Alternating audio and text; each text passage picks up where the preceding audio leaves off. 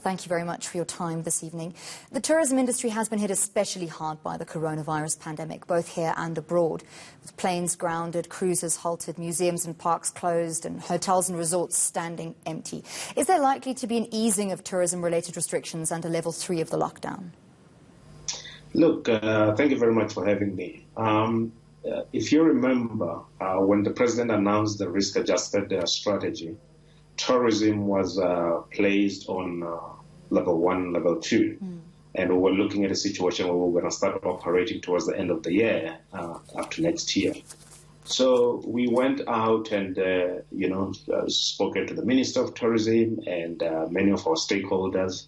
And from the president's speech yesterday, we were thankful that he was able to announce that, business travel is going to be allowed. Some domestic air travel is going to be allowed. Some hotels are going to be opening for business people. That's a step in the right direction. It is indeed something that, we're thankful for, and for the fact that, at least there is some economic activity coming back, in our sector. There is still a lot of things that we're still not doing.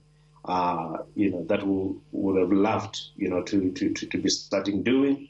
But, that comes with time, and for us is to go back to our drawing book, and we can lobby further for those things. But we're thankful for the business travel because it is good. It does have an impact on our operations, especially for domestic business travel. So that is the one thing that is adjusted within the tourism sector at the moment. Okay. So as with all industries, the tourism industry must also adhere to stringent occupational health and safety regulations to limit the spread of COVID-19 and to safeguard both workers in the industry as well as visitors.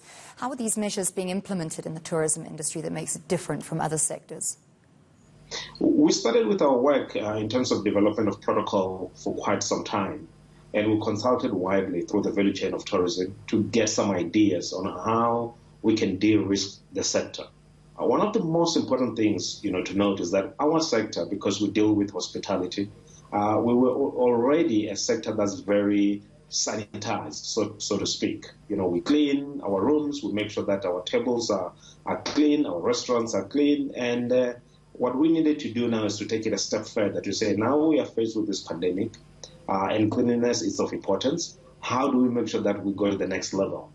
For example, how do we make sure that there are sanitizing stations around the hotels, in restaurants, and all places that we would love to open? And how do we make sure that we enforce those things? So we developed these protocols with consultation of the value chain, from hotels to car rental, to restaurants, to attractions, to safari operators, to game lodges, and many, many, many more conferences organizers to figure out how do we do this properly and how do we do this and make sure that we achieve the results that we want. And we've done so, and soon we'll be announcing what these are and how they're going to be implemented and how do we make sure that we operationalize this. The most important thing in this is that, we have small businesses that's going to need assistance in terms of, making sure that, they adhere to these, protocols. They are guidelines, but we want everyone to follow them so that we can de-risk our sector. The last thing we want is to open and then we close down because of non-compliance. We need to ensure that all of us comply, and we will be taking some some efforts in training small businesses and ensuring that, they understand what these are, what are the things that needs to be bought, and how do we make sure that whatever is bought, it's used properly and they're able to de-risk their own business. So it is something that's close to us and we want to operate. We are showing government that, we are a very sanitized industry and we can do things safely. And that's what's important, to also our customers, to see that we're doing something about this and we're protecting them and we're protecting our staff.